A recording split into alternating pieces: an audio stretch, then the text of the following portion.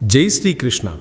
உங்கள் ஆன்மீக பயணமான பக்தி தீபமா யூடியூப் சேனலுக்கு உங்கள் அனைவரையும் அன்போடு வரவேற்கிறோம். நண்பர்களே, உலகம் முழுவதும் அநியாயம் நிறைந்திருந்தபோது, பாவங்கள் மனிதநேயத்தை சிறைபிடித்திருந்தபோது ஒரு தெய்வீக ஒளி பிறந்து இந்த அகிலத்தையே தன் புன்னகையால் பிரகாசிக்கச் செய்தது என்பது உங்களுக்கு தெரியுமா? இன்று நாம் அந்த கருணை கடல், தர்மத்தின் காவலன் மற்றும் பிருந்தாவனத்தின் செல்லப்பிள்ளை என போற்றப்படும் பகவான் ஸ்ரீகிருஷ்ணரின் பிறப்பு என்னும் அந்த உன்னதமான வரலாற்றை தெரிந்து கொள்ளப் போகிறோம். இது வெறும் கதையல்ல, அதர்மத்தை அழித்து தர்மம் நிலைநாட்டப்பட்டதற்கு சான்றாகும். வாருங்கள், பக்தி என்னும் தீபத்தை ஏற்றி வைத்துக்கொண்டு நாம் துவாபர யுகத்தின் அந்த பெருமழை பெய்த இரவிற்கு செல்வோம்.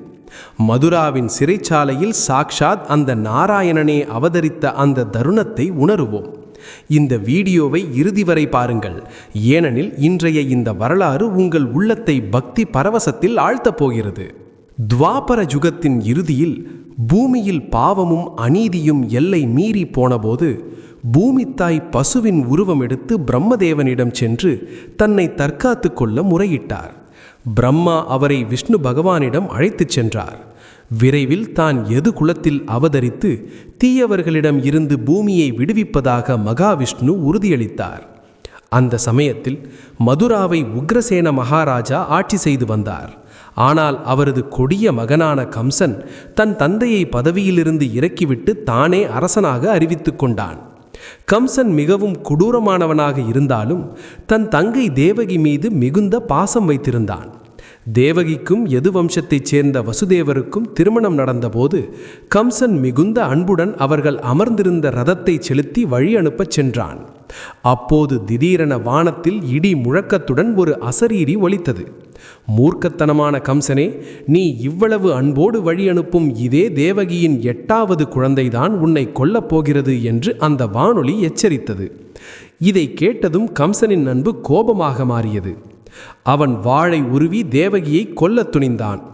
அப்போது வசுதேவர் அவனை சமாதானப்படுத்தி தேவகிக்கு பிறக்கும் ஒவ்வொரு குழந்தையையும் கம்சனிடமே ஒப்படைப்பதாக வாக்கு கொடுத்தார். வசுதேவரின் வாக்கினை நம்பிய கம்சன் அவர்களை கொல்லவில்லை என்றாலும் தேவகியையும் வசுதேவரையும் சங்கிலியால் பிணைத்து மதுராவின் இருண்ட சிறையில் அடைத்தான். சிறைச்சாலையின் அந்த இருண்ட துயரமான சூழலில் காலம் நகர்ந்தது. தேவகிக்கு பிறந்த 6 குழந்தைகளையும் கம்சன் ஒன்றன் பின் ஒன்றாக கல்லில் அடித்து கொன்றான். 7வது குழந்தை உருவான போது மகாவிஷ்ணு தன் யோக மாயையிடம் தேவகியின் கருவில் இருக்கும் குழந்தையை கோகுலத்தில் வசிக்கும் வசுதேவரின் மற்றொரு மனைவியான ரோகிணியின் கருப்பையில் சேர்க்குமாறு கட்டளையிட்டார். அந்த தெய்வ குழந்தைதான் பிற்காலத்தில் பலராமன் என்று புகழ் பெற்றது. இப்போது 8வது குழந்தை பிறக்கும் தருணம் வந்தது. மதுரா மக்களும் சிறையிலிருந்த தேவகி வசுதேவரும் மிகவும் பதற்றத்துடன் இருந்தனர். கம்சனும் பாதுகாப்பை அதிகப்படுத்தி சிறைக்கு வெளியே ஆயுதம் ஏந்திய காவலர்களை நிறுத்தினான். அது ஆவணி மாதத்தின் தேய்பிறை அஷ்டமி திதி கொண்ட கார்மேக இரவு. வெளியே பலத்த மழை பெய்து கொண்டிருந்தது. மின்னல்கள் வெட்டின. யமுனை நதி பெருக்கெடுத்து ஓடியது. சரியாக நள்ளிரவில் அந்த இருண்ட சிறை அறையில் ஒரு தெய்வீக ஒளி பரவியது. மகாவிஷ்ணு தனது 4 கரங்களுடன் சங்கு, சக்கரம், கதாயுதம் மற்றும் தாமரை ஏந்தி தோன்றி காட்சியளித்தார். வசுதேவர் மற்றும் தேவகிக்கு அவர்களின் முற்பிறவி ரகசியங்களை நினைவூட்டிய பகவான் தான் குழந்தையாக அவதரிக்கப் போவதை கூறினார். அக்குழந்தையை உடனடியாக கோகுலத்தில் உள்ள நந்தகோபரின் இல்லத்திற்கு கொண்டு செல்லுமாறும் அங்கே யசோதையின் வயிற்றில் பிறந்த பெண் குழந்தையை இங்கே எடுத்து வருமாறும் பணித்தார். இவ்வாறு கூறிவிட்டு பகவான் ஒரு அழகான சிறு குழந்தையாக மாறினார். அப்போது ஒரு அதிசயம் நிகழ்ந்தது. வசுதேவர் மற்றும் தேவகியின் கைகளில் இருந்த விலங்குகள் தானாகவே கழன்று விழுந்தன. பூட்டப்பட்டிருந்த சிறையின் மிகப்பெரிய இரும்பு கதவுகள் தானாகவே திறந்தன. காவலர்கள் அனைவரும் இறைவனின் யோக மாயையினால் ஆழ்ந்த உறக்கத்தில் ஆழ்ந்தனர்.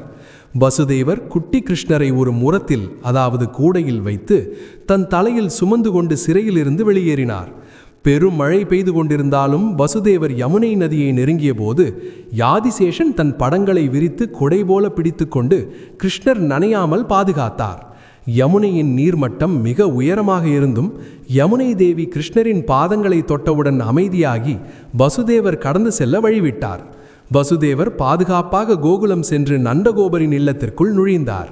அங்கே அனைவரும் உறங்கிக் கொண்டிருந்தனர். யசோதை அருகில் உறங்கிக் கொண்டிருந்த பெண் குழந்தையை எடுத்துக்கொண்டு அந்த இடத்தில் கிருஷ்ணரை மெதுவாக கிடத்தினார். பிறகு அந்த பெண் குழந்தையுடன் மீண்டும் மதுரா சிறைக்கே திரும்பினார். வசுதேவர் உள்ளே நுழைந்ததும் சிறை கதவுகள் மீண்டும் மூடிக்கொண்டன. அவரது கைகளிலும் கால்களிலும் மீண்டும் விலங்குகள் பூட்டிக்கொண்டன. அடுத்த சில நிமிடங்களில் அந்த குழந்தையின் அழுகுரல் கேட்டது. அதை கேட்டு விழித்த காவலர்கள் கம்சனிடம் ஓடிச் சென்று 8வது குழந்தை பிறந்துவிட்ட செய்தியை சொன்னார்கள். கம்சன் மின்னல் வேகத்தில் சிறைக்கு வந்தான். அண்ணா, இது பெண் குழந்தை, இதனால் உங்களுக்கு என்ன ஆபத்து வரப்போகிறது? தயவு செய்து இதை கொல்லாதீர்கள் என்று தேவகி எவ்வளவோ கெஞ்சினாள். ஆனால் மரண பயத்தால் கண்கள் மறைக்கப்பட்ட கம்சன் இரக்கம் காட்டவில்லை. அவன் அந்த குழந்தையை கல்லில் அடிக்க தூக்கிய போது அக்குழந்தை அவன் கையிலிருந்து நழுவி வானில் பறந்தது. அந்த பெண் குழந்தை சாக்ஷாத் யோகமாயாதேவி. வானில் தன் தெய்வீக உருவத்தை காட்டிய தேவி உரக்க சிரித்தபடி சொன்னாள், அறிவிலி கம்சனே, என்னை கொல்வதால் உனக்கு எதுவும் கிடைக்காது. உன்னை கொல்லப் போகிறவன் ஏற்கனவே வேறொரு இடத்தில் பிறந்து விட்டான். அவன் பாதுகாப்பாக இருக்கிறான். இப்போது உன் பாவங்களுக்கு பலனை அனுபவிக்க தயாராக இரு என்று கூறிவிட்டு மறைந்து போனாள். இதை கேட்ட கம்சன் பயத்தில் நடுங்கினான். மறுபுறம் கோகுலத்தில் பொழுது விடிந்ததும் நந்தகோபரின் வீட்டில் ஆண் குழந்தை பிறந்திருக்கும் செய்தி காட்டுத்தீ போல பரவியது. கோகுலம் முழுவதும் விழா கோலம் பூண்டது. மக்கள் மகிழ்ச்சியில் நடனமாடினர். வெண்ணெய் மற்றும் இனிப்புகள் வழங்கப்பட்டன. நந்தகோபரின் வீட்டில் மகிழ்ச்சி பொங்குகிறது, கண்ணன் பிறந்து விட்டான் என்ற முழக்கம் எங்கும் எதிரொலித்தது. இவ்வாறாக பூமியில் தர்மத்தை நிலைநாட்டவும் அதர்மத்தை அழிக்கவும் இறைவனே ஸ்ரீ கிருஷ்ணராக அவதரித்தார். இந்த பிறப்பு என்பது வெறும் நிகழ்வு மட்டுமல்ல, இருளை நீக்கி ஒளியையும் அநீதியை வீழ்த்தி நீதியையும் நிலைநாட்டிய ஒரு அடையாளமாகும். கோகுலத்திற்கு கிருஷ்ணர் வந்த பிறகு அந்த இடமே தெய்வீக ஆனந்தத்தில் திளைத்தது. நந்தகோபர் தனது வயதான காலத்தில் ஒரு மகனை பெற்றெடுத்த மகிழ்ச்சியில் தாராளமாக தான தர்மங்கள் செய்து ஊர் மக்கள் அனைவருக்கும் விருந்து வைத்தார். ஆனால் மதுராவிலோ கம்சன் தூக்கத்தை தொலைத்தான். யோகமாயா தேவியின் வாக்கு அவனை குலைக்கச் செய்தது. கோகுலத்தை சுற்றியுள்ள பகுதிகளில் பிறக்கும் அனைத்து குழந்தைகளையும் கொல்ல தீர்மானித்தான். அதன் ஒரு பகுதியாக உருமாறும் சக்தி கொண்ட பூதனை என்ற அரக்கியை அனுப்பினான். பூதனை ஒரு அழகான பெண்ணைப் போல உருவெடுத்து கோகுலத்திற்கு சென்று சூழ்ச்சியால் பாலகிருஷ்ணருக்கு விஷப்பால் கொடுக்க முயன்றாள். ஆனால் சின்னஞ்சிறு கண்ணன் அந்த விஷப்பாலை அருந்தியதோடு மட்டுமல்லாமல் அவள் உயிரையும் குடித்தான். பூதனை தன் உண்மையான அரக்கி உருவத்தில் மலை போல சரிந்து விழுந்ததைக் கண்டு கோகுலமே திகைத்து போனது. இது கிருஷ்ணர் செய்த முதல் சம்ஹாரம். இதுவே அதர்மத்தின் அழிவு தொடங்கிவிட்டது என்பதற்கான அறிகுறியாகும். பூதனையின் மரணச் செய்தியை கேட்டு கம்சன் இன்னும் பயந்தான். அவன் வரிசையாக பல வலிமை மிக்க அரக்கர்களை கோகுலத்திற்கு அனுப்பினான். சகடாசுரன் வண்டி சக்கரம் போல வந்து கிருஷ்ணரை நசுக்க பார்த்தான். திருநாவர்த்தன் என்ற அரக்கன் சூறாவளியாக மாறி கிருஷ்ணரை தூக்கிச் சென்றான். ஆனால் ஒவ்வொரு முறையும் கிருஷ்ணர் தன் தெய்வீக சக்தியால் அவர்களை அழித்தார். இதையெல்லாம் பார்த்த கோகுல மக்கள் ஆச்சரியப்பட்டாலும் கிருஷ்ணர் மீது அவர்கள் வைத்திருந்த அன்பு அவரை ஒரு சிறு குழந்தையாகவே பார்க்கச் செய்தது. இதற்கிடையில் கர்காச்சாரியார் என்னும் முனிவர் கோகுலத்திற்கு வந்து நந்தகோபர் வீட்டில் இரகசியமாக பலராமனுக்கும் கிருஷ்ணருக்கும் பெயரிடும் சடங்கை செய்தார். இந்த குழந்தை மாபெரும் காரியங்களை செய்ய பிறந்தவன் என்றும் எதிர்காலத்தில் கம்சன் போன்ற கொடியவர்களுக்கு யமனாக திகழ்வான் என்றும் அவர் கணித்து கூறினார். கிருஷ்ணர் வளர வளர அவரது பாலலீலைகள் அனைவரது மனதையும் கவர்ந்தன. அவர் யசோதையை ஏமாற்றுவதும் கோபியர் வீடுகளில் வெண்ணெய் திருடுவதும் பானைகளை உடைப்பதும் வாடிக்கையானது. யசோதை அவரை கண்டிக்கும் போது தன் மழலை பேச்சால் அனைவர் இதயத்தையும் வென்றுவிடுவார். ஒருமுறை மண் தின்றதாக புகார் வந்தபோது யசோதை அவர் வாயை திறக்கச் சொன்னார். அப்போது அந்த சிறுவன் வாய்க்குள் முழு பிரபஞ்சத்தையும், கிரகங்கள், நட்சத்திரங்கள், நதிகள் மற்றும் மலைகளை யசோதை கண்டார். ஒரு நிமிடம் திகைத்து போன யசோதை தன் மகன் சாதாரண குழந்தையல்ல, இறைவனை என்று உணர்ந்தார். ஆனால் அடுத்த கணமே இறைவனின் யோகமாயை மீண்டும் யசோதையை தாய்மை பாசத்தில் ஆழ்த்தியது. கோகுலத்தின் தெருக்களில் கிருஷ்ணரின் புல்லாங்குழல் இசை ஒலிக்கத் தொடங்கியது. அது மனிதர்களை மட்டுமல்லாமல் விலங்குகளையும் பசுக்களையும் கூட மெய்மறக்கச் செய்தது. கண்ணனின் செல்வாக்கு வளர்வதையும் அரக்கர்கள் வீழ்வதையும் கண்ட கம்சனின் மனதில் பழிவாங்கும் உணர்ச்சி மேலும் கொழுந்துவிட்டு எரிந்தது. தான் யாரை கொல்ல நினைக்கிறானோ அவர் மாயாவி அல்ல, தன் வாசலில் மரணமாக வந்து நிற்கிறார் என்பதை அவன் உணரத் தொடங்கினான். இவ்வாறாக கோகுலத்தின் மகிழ்ச்சிக்கும் மதுராவின் அச்சத்திற்கும் இடையில் கிருஷ்ணரின் குழந்தை பருவம் கழிந்தது. தான் எதற்காக தேவகியின் வயிற்றில் பிறந்தாரோ அந்த லட்சியத்தை நோக்கி, அதாவது கம்சனை அழித்து தர்மத்தை நிலைநாட்டும் பாதையை நோக்கி அவர் மெல்ல நகர்ந்தார். தீமை எவ்வளவு வலிமையாக தெரிந்தாலும் உண்மைக்கும் இறைவனின் சக்திக்கும் முன்னால் அது இறுதியில் தூசியாக போகும் என்பதையே இந்த வரலாறு நமக்கு கற்பிக்கிறது. கிருஷ்ணரின் லீலைகள் கோகுலத்தை தாண்டி இப்போது பிருந்தாவனத்தின் புனிதமான தெருக்கள் வரை பரவியிருந்தன. கம்சன் அனுப்பிய அரக்கர்களின் தாக்குதல்கள் அதிகரித்ததால் குழந்தைகளின் பாதுகாப்புக்காக கோகுலத்தை விட்டு வெளியேறி பிருந்தாவனத்தின் அடர்ந்த மற்றும் பாதுகாப்பான காடுகளில் வசிக்க வேண்டும் என்று நந்தகோபரும் மற்ற இடையர்களும் முடிவு செய்தனர். பிருந்தாவனத்தின் பசுமை, யமுனையாற்றின் கரை மற்றும் கோவர்த்தன மலையின் நிழலில் கண்ணனும் பலராமனும் தங்கள் நண்பர்களுடன் மிகவும் மகிழ்ச்சியாக இருக்கத் தொடங்கினர். இங்கே கிருஷ்ணர் பகாசுரன், கொக்கின் வடிவில் வந்த அரக்கன், மற்றும் அகாசுரன், மலைப்பாம்பின் வடிவில் வந்த அரக்கன் ஆகியோரை வதம் செய்தார். அகாசுரன் கொல்லப்பட்ட விதம் மிகவும் வியப்பானது. அவன் தன் வாயை ஒரு பெரிய குகையைப் போல திறந்து வைத்திருந்தான். அதை அறியாத இடையர் சிறுவர்கள் அனைவரும் அதற்குள் நுழைந்து விட்டனர். அப்போது கிருஷ்ணரும் உள்ளே சென்று தன் உடலை மிகப்பெரியதாக வளர்த்து கொண்டார். இதனால் மூச்சு முட்டி அந்த அரக்கன் மாண்டான். இந்த சம்பவங்கள் கிருஷ்ணர் வெறும் கோபியர்களின் செல்லப்பிள்ளை மட்டுமல்ல, ஒட்டுமொத்த பிரஜபூமியின் பாதுகாவலர் என்பதையும் நிரூபித்தன. பிருந்தாவனத்தின் மிகவும் விறுவிறுப்பான கதைகளில் ஒன்று காளிய நர்த்தனமாகும். யமுனையாற்றின் ஒரு குறிப்பிட்ட பகுதியில் காளியன் என்ற நச்சுப்பாம்பு வசித்து வந்தது. அதன் விஷத்தால் யமுனை நீர் கருப்பாகவும் நஞ்சாகவும் மாறியிருந்தது. அந்த தண்ணீரை குடித்த விலங்குகளும் பறவைகளும் இறந்து போயின. ஒரு நாள் பந்து விளையாடும்போது கிருஷ்ணரின் பந்து யமுனையில் விழுந்தது. அப்போது அவர் சற்றும் பயமின்றி தண்ணீரில் குதித்தார். நீருக்கு அடியில் காளியனுக்கும் கிருஷ்ணருக்கும் இடையே கடுமையான போர் நடந்தது. இறுதியும் கிருஷ்ணர் காளியனின் கர்வத்தை அடக்கி அதன் தலைகளின் மேல் நின்று நடனமாடினார். காளியனின் மனைவிகள் கெஞ்சி கேட்டுக்கொண்டதால் கிருஷ்ணர் அவனுக்கு உயிர் பிச்சை அளித்தார். ஆனால் யமுனையை விட்டு வெளியேறி கடலுக்கு செல்லுமாறு கட்டளையிட்டார். இதன் மூலம் அவர் யமுனை நதியை மீண்டும் தூய்மைப்படுத்தினார். இது இயற்கை மற்றும் உயிர்களை பாதுகாப்பதற்கான ஒரு பெரிய செய்தியாக அமைந்தது. இதற்கு பிறகு ஸ்ரீ கிருஷ்ணரின் வாழ்க்கையில் கிரிதாரி என்ற பெயரை பெற்றுத்தந்த அந்த உன்னதமான நிகழ்வு வருகிறது.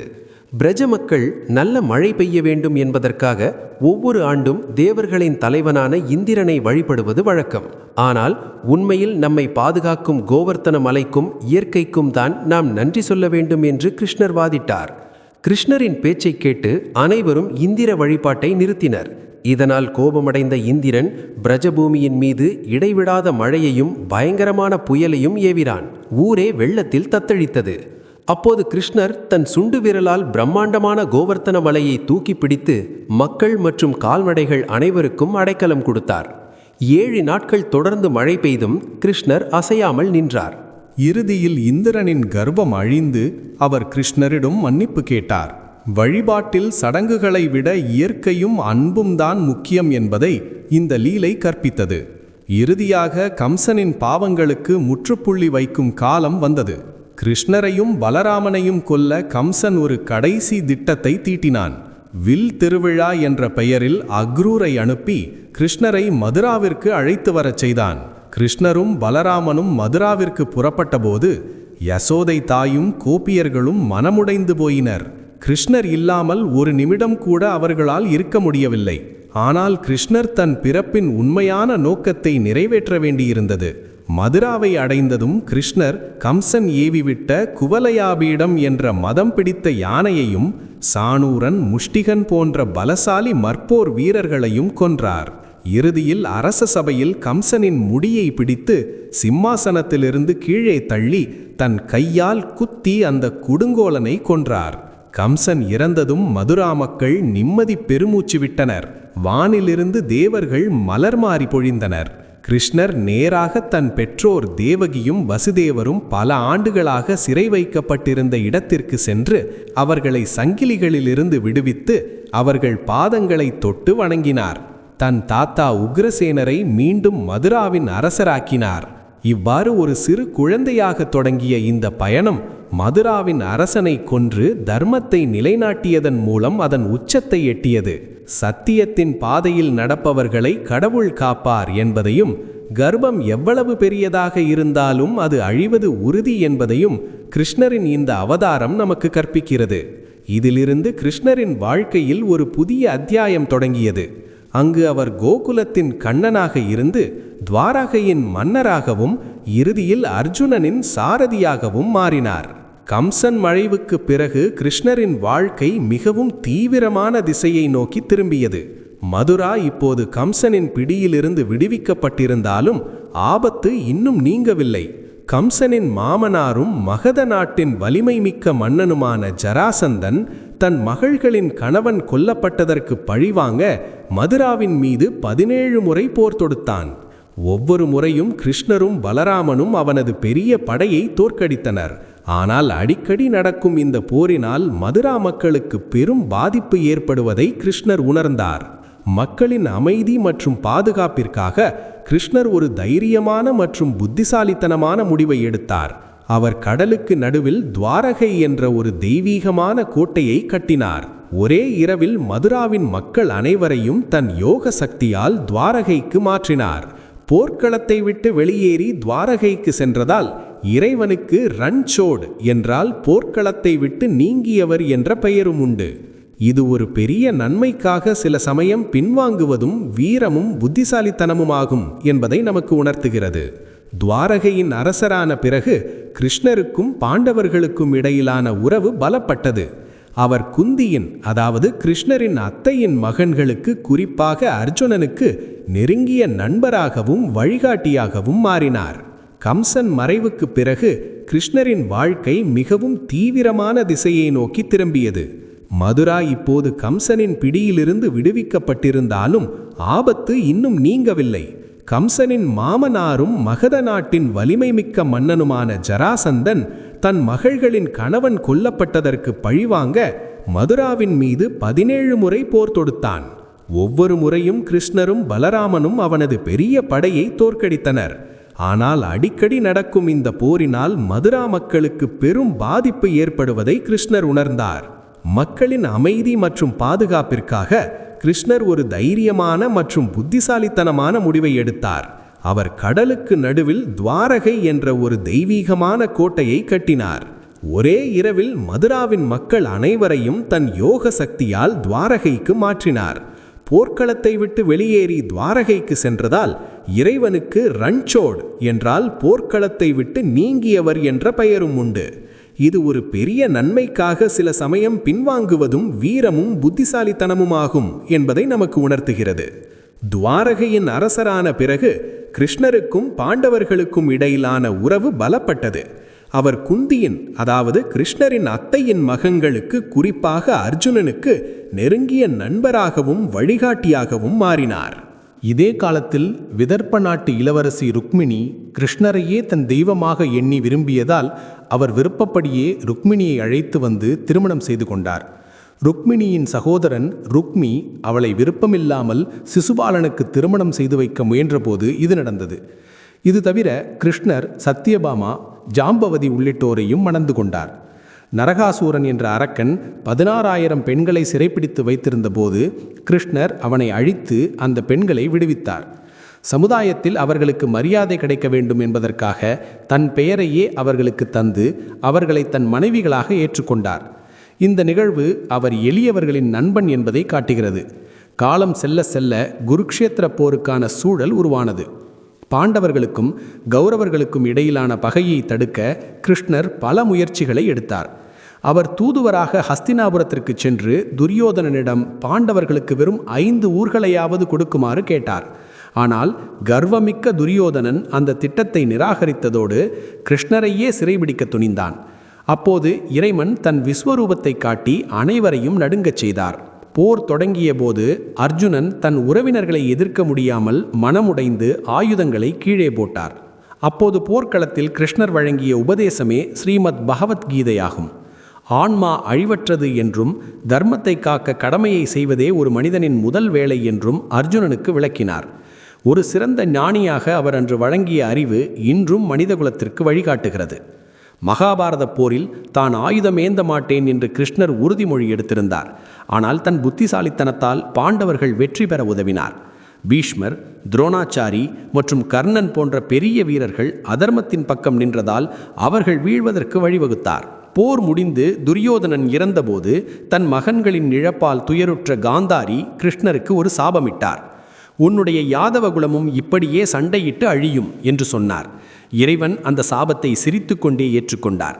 ஏனென்றால் தன் அவதார நோக்கம் முடிந்த பிறகு மீண்டும் தன் இருப்பிடத்திற்கு செல்ல வேண்டும் என்பதை அவர் அறிந்திருந்தார்.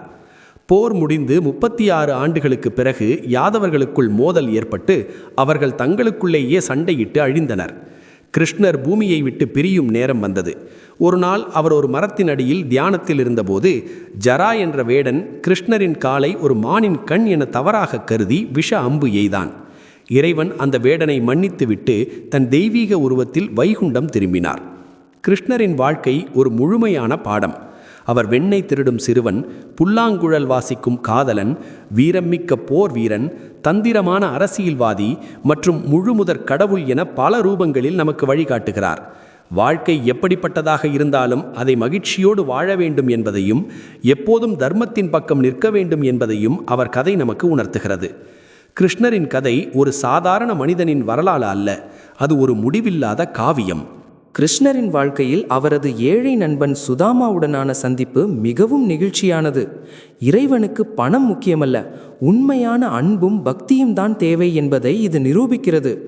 பல ஆண்டுகளுக்கு பிறகு சுதாமா துவாரகைக்கு வந்தபோது மன்னரான கிருஷ்ணர் காலணிகள் கூட அணியாமல் ஓடிச் சென்று தன் நண்பனை தழுவிக்கொண்டார். சுதாமாவின் அழுக்கடைந்த கால்களை தன் கண்ணீரால் கழுவி அவர் கொண்டு வந்த அவளை மிகவும் விரும்பி உண்டார். அதற்கு பதிலாக சுதாமா கேட்காமலேயே அவருக்கு பெரும் செல்வத்தையும் மகிழ்ச்சியையும் வழங்கினார். இது நட்பின் உச்சகட்டமாகும். பக்தியில் முழுமையாக தன்னை ஒப்படைப்பதே மிகப்பெரிய செல்வம் என்பதை இது நமக்கு கற்பிக்கிறது. அதேபோல் ஸ்ரீ கிருஷ்ணரின் ராசலீலையை பெரும்பாலும் உலகியல் ரீதியாகவே பார்க்கிறார்கள். ஆனால் ஆன்மீக ரீதியில் இது ஜீவாத்மா பரமாத்மாவுடன் இணையும் உன்னத அடையாளமாகும். ஒரு சரத் பூர்ணிமா அன்று இரவு கிருஷ்ணர் தனது புல்லாங்குழலை இசைத்தபோது கோபியர்கள் தங்கள் சுயநினைவை மறந்து அவர் வசமாகி ஓடி வந்தார்கள்.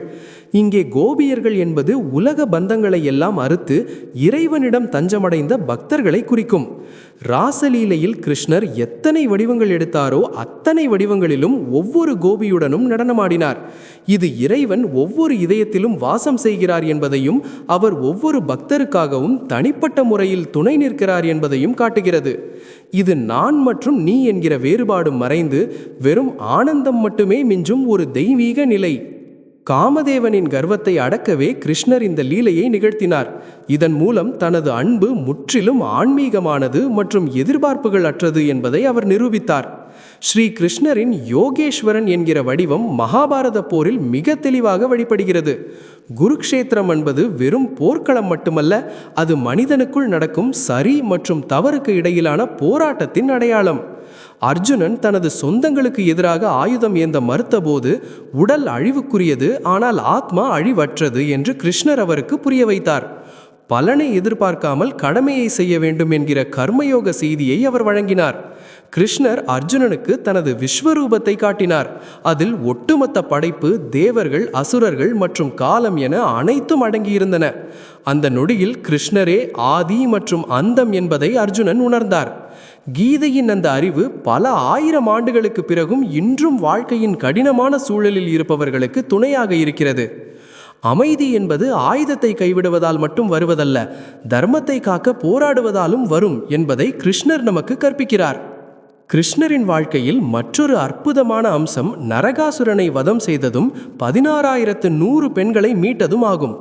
நரகாசுரன் ஆயிரக்கணக்கான இளவரசிகளை சிறை வைத்திருந்தான். கிருஷ்ணர் அவர்களை விடுவித்தார். ஆனால் அன்றைய சமூகத்தில் அந்த பெண்களை ஏற்றுக்கொள்வது கடினமாக இருந்தது. அப்போது சமூகம் அவர்களை தாழ்வாக பார்க்க கூடாது என்பதற்காக கிருஷ்ணர் அவர்கள் அனைவருக்கும் தனது பெயரை வழங்கி அவர்களை தனது மனைவிகளாக ஏற்றுக்கொண்டார். இது சமூக நீதி மற்றும் பெண்கள் மீதான அவரது மரியாதையை காட்டுகிறது. அவர் தர்மத்தை நிலைநாட்டிய போர் வீரன் மட்டுமல்ல, நடைமுறையில் இருந்த தேவையற்ற பழக்கங்களை உடைத்து மனித நேயத்தை உயர்த்திய சமூக சீர்திருத்தவாதியாகவும் இருந்தார். வெண்ணெய் திருடுவதாகட்டும் அல்லது துவாரகையை நிர்மாணிப்பதாகட்டும், அவருடைய ஒவ்வொரு லீலைக்கு பின்னாலும் ஒரு ஆழமான நோக்கம் இருந்தது. இறுதியில் ஸ்ரீகிருஷ்ணர் இந்த பூமியை விட்டு புறப்பட்ட நிகழ்வும் ஒரு பெரிய பாடத்தை கற்றுத்தருகிறது. காந்தாரியின் சாபமும் யது வம்சத்தின் அழிவும் இயற்கையின் விதி அனைவருக்கும் சமமானது என்பதை காட்டுகிறது. அவர் இறைவனாகவே இருந்தாலும் அந்த விதிக்கு கட்டுப்பட்டார். ஸ்ரீகிருஷ்ணர் அந்த சாபத்தை மகிழ்ச்சியுடன் ஏற்றுக்கொண்டார். இதன் மூலம் மனித இனத்திற்கு தனது செயல்களின் பலனை ஒவ்வொருவரும் அனுபவிக்க வேண்டும் என்கிற செய்தியை சொன்னார். அவர் காலில் பட்ட அந்த அம்பு ஒரு நிமித்தம் மட்டுமே, ஏனெனில் அவருடைய பூலோக லீலைகளை முடித்து கொள்ளும் நேரம் வந்திருந்தது. ஸ்ரீகிருஷ்ணர் மறைந்த பிறகு கலியுகம் தொடங்கியது. ஆனால் தான் மறைவதற்கு முன்பு தனது பக்தர்களின் இதயத்திலும் தனது போதனையான கீதையிலும் தனது நாம சங்கீர்த்தனத்திலும் எப்போதும் இருப்பேன் என்று அவர் உறுதியளித்தார். ஸ்ரீகிருஷ்ணரின் இந்த 22,000 வார்த்தைகளுக்கும் மேலான காவியம் உண்மையில் ஒருபோதும் முடிவடையாதது. அவர் ஒரு முழுமையான புருஷோத்தமர். அவர் ஒரே நேரத்தில் ஒரு சிறு குழந்தையாகவும், காதலனாகவும், ஒரு அரசனாகவும், ஒட்டுமொத்த பிரபஞ்சத்தின் அதிபதியாகவும் இருக்கிறார். அவருடைய கதை நமக்கு இருளில் ஒளியை காட்டுகிறது மற்றும் விரக்தியில் நம்பிக்கையை ஊட்டுகிறது. இன்று நாம் ஹரே கிருஷ்ணா என்கிற மகா மந்திரத்தை உச்சரிக்கும் போது அது துவாபர யுகத்தில் மதுரா மற்றும் பிருந்தாவனத்தின் தெருக்களில் பரவியிருந்த அதே தெய்வீக ஆற்றலை நமக்கு அறிமுகப்படுத்துகிறது. சிரித்துக்கொண்டே போராடுங்கள், அன்புடன் நீதியை நிலைநாட்டுங்கள் மற்றும் எப்போதும் நிலையான சத்தியத்தின் பக்கம் நில்லுங்கள் என்பதே ஸ்ரீகிருஷ்ணரின் வாழ்க்கை செய்தி. ஸ்ரீகிருஷ்ணம் சரணம் மம. ஸ்ரீகிருஷ்ணரின் வாழ்க்கையின் விரிவு எவ்வளவு எழுதினாலும் குறையாத ஒரு பேரின்பம். அவருடைய கதையின் மிக முக்கியமான மற்றும் படிப்பினையான ஒரு பகுதி ஸ்யமந்தகமணி நிகழ்வாகும். இது கடவுளே ஆனாலும் கூட இந்த உலகில் பொய் குற்றச்சாட்டுகளை சந்திக்க வேண்டியிருக்கும் என்பதை நமக்கு கற்பிக்கிறது. துவாரகையில் வாழ்ந்த சத்ராஜித் என்பவர் கிருஷ்ணர் தனது தெய்வீக மணியை திருடிவிட்டதாகவும் தனது சகோதரனை கொன்றுவிட்டதாகவும் பொய்ப்பழி சுமத்திய போது கிருஷ்ணர் தளர்ந்து விடவில்லை. அவரே நேரில் காட்டிற்கு சென்று உண்மையை தேடினார். ஜாம்பவதியிடமிருந்து அந்த மணியை மீட்டு கொண்டு வந்தார். இந்த முயற்சியில் அவர் ஜாம்பவனுடன் போர் புரியவும் வேண்டியிருந்தது. இறுதியில் அவரது மகள் ஜாம்பவதியை திருமணம் செய்து கொண்டார். நீங்கள் சத்தியத்தின் பக்கம் இருந்தால் சமூகத்தின் அவதூறுகளுக்கு அஞ்சி ஓடாமல் பொறுமையுடன் உங்கள் உண்மையை நிரூபிக்க வேண்டும் என்கிற செய்தியை இந்த நிகழ்வு தருகிறது. ஒரு அரசனாகவும் ஒரு மனிதனாகவும் உலகியல் கட்டுப்பாடுகளையும் விமர்சனங்களையும் கடந்து செல்ல வேண்டியிருந்தது என்பதை பகவான் காட்டினார். அதேபோல் ஸ்ரீகிருஷ்ணர் சிசுபாலனை வதம் செய்த நிகழ்வு நீதி மற்றும் பொறுமைக்கு ஒரு சிறந்த உதாரணமாகும். பாண்டவர்களின் ராஜசூய யாகத்தின் போது சிசுபாலன் சபையோர் முன்னிலையில் ஸ்ரீ கிருஷ்ணரை இழிவாக பேசினான். கிருஷ்ணர் அமைதியாக இருந்து அவனுடைய 100 வசவுகளை பொறுத்து கொண்டார். அவனது 100 தவறுகளை மன்னிப்பதாக அவனது தாய்க்கு கிருஷ்ணரின் அத்தை அவர் வாக்கு கொடுத்திருந்தார். இந்த சம்பவம் நமக்கு எல்லை மற்றும் கட்டுப்பாடு குறித்த பாடத்தை புகட்டுகிறது. சிசுபாலன் தனது 100 வசவுகளை முடித்தபோது ஸ்ரீ கிருஷ்ணர் தனது சுதர்சன சக்கரத்தால் அவனை வதம் செய்தார். இறைவரின் கருணை அளவற்றது. ஆனால் அதர்மமும் அகங்காரமும் எல்லையை தாண்டும் போது நீதியின் சக்கரம் நிச்சயமாக சுழலும் என்பதை இது காட்டுகிறது. இங்கே கிருஷ்ணர் ஒரு கண்டிப்பான ஆட்சியாளராகவும் நீதிமிக்க வழிகாட்டியாகவும் தன்னை வெளிப்படுத்துகிறார். அமைதி நிலவ சில நேரங்களில் தண்டனை கொடுப்பது அவசியமானது என்பதை அவர் உறுதிப்படுத்துகிறார். கிருஷ்ணரின் வாழ்க்கையில் திரௌபதியுடனான அவரது உறவு தோழமை மற்றும் தூய்மைக்கு சிறந்த உதாரணமாகும். துச்சாதனன் திரௌபதியின் துகிலுரிந்த போது உலகின் வலிமையான போர் வீரர்களெல்லாம் தலைகுனிந்து அமர்ந்திருந்தனர். அப்போது திரௌபதி தனது தோழனான கோவிந்தனை மட்டுமே உதவிக்கு அழைத்தார். கிருஷ்ணர் அங்கே நேரில் இல்லாத போதும் ஆடைகளாக உருவெடுத்து திரௌபதியின் மானத்தை காத்தார். ஒரு மனிதன் உலக ஆதரவுகளை கைவிட்டு இறைவன் மீது மட்டும் நம்பிக்கை வைக்கும் போது இறைவன் சாத்தியமற்றவற்றையும் சாத்தியமாக்கி அவனை காப்பார் என்பதை இந்த நிகழ்வு விளக்குகிறது.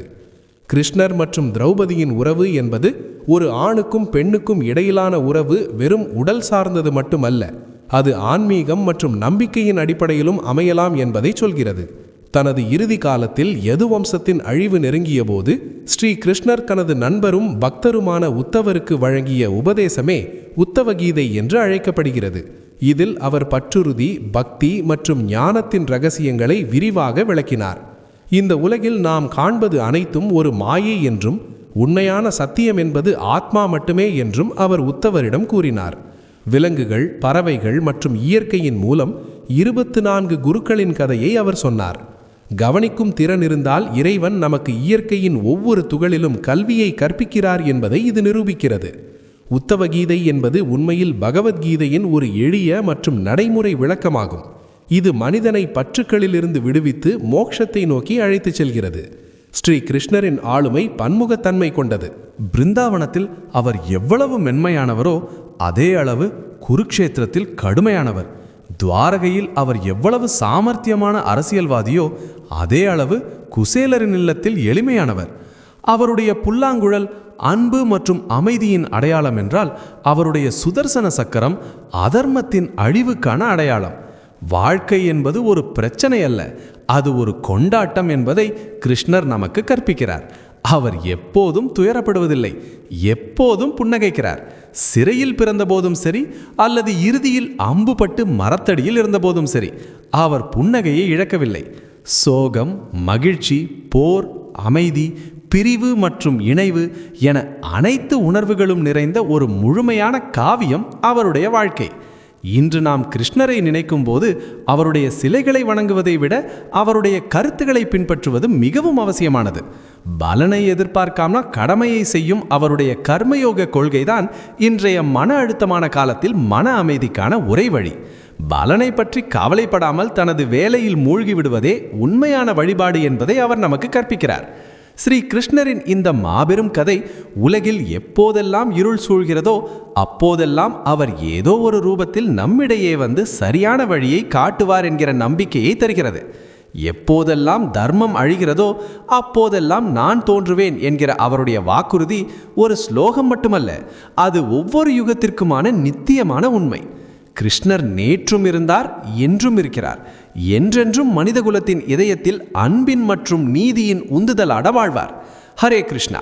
ஹரே கிருஷ்ண கிருஷ்ண கிருஷ்ண ஹரே ஹரே, ஹரே ராம ராம ராம ஹரே ஹரே. அன்பு நேயர்களே, நம் கண்ணனின் பிறப்பு முதல் அவருடைய லீலைகள் வரையிலான இந்த மங்களகரமான கதையை நாம் பார்த்தோம். சூழ்நிலை எவ்வளவு எதிராக இருந்தாலும் நமது நம்பிக்கை உறுதியாக இருந்தால் இறைவனே நமக்கான வழியை உருவாக்குவார் என்பதை இது கற்பிக்கிறது. பக்தி தீபமா என்கிற எமது இந்த தொகுப்பு உங்கள் வாழ்க்கையில் புதிய நேர்மறையாற்றலையும் பக்தியின் ஒளியையும் கொண்டு வரும் என்று நாங்கள் நம்புகிறோம். இந்த கதை உங்களுக்கு பிடித்திருந்தால் உங்கள் நண்பர்கள் மற்றும் குடும்பத்தினருடன் பகிர்ந்து கொள்ளுங்கள். இதன் மூலம் கண்ணனின் இந்த அன்பு ஒவ்வொரு வீட்டையும் சென்றடையட்டும். உங்கள் பக்தியை வெளிப்படுத்த கமெண்ட் பாக்ஸில் ஜெய் ஸ்ரீ கிருஷ்ணா என்று எழுத மறக்காதீர்கள். இது போன்ற ஆன்மீக கதைகள் மற்றும் தெய்வீக அறிவை பெற பக்தி தீபமா சேனலை சப்ஸ்கிரைப் செய்து பெல் ஐகானை அழுத்துங்கள். அடுத்த கதையில் சந்திப்போம். அதுவரை கிருஷ்ணரின் பாதுகாப்பில் மகிழ்ச்சியாக இருங்கள். ஜெய் ஸ்ரீ கிருஷ்ணா. ராதே ராதே. ஸ்ரீ கிருஷ்ணரின் லீலைகள் மற்றும் அவரது உபதேசங்களை பற்றி மேலும் விரிவாக தெரிந்து கொள்ள விரும்புகிறீர்களா?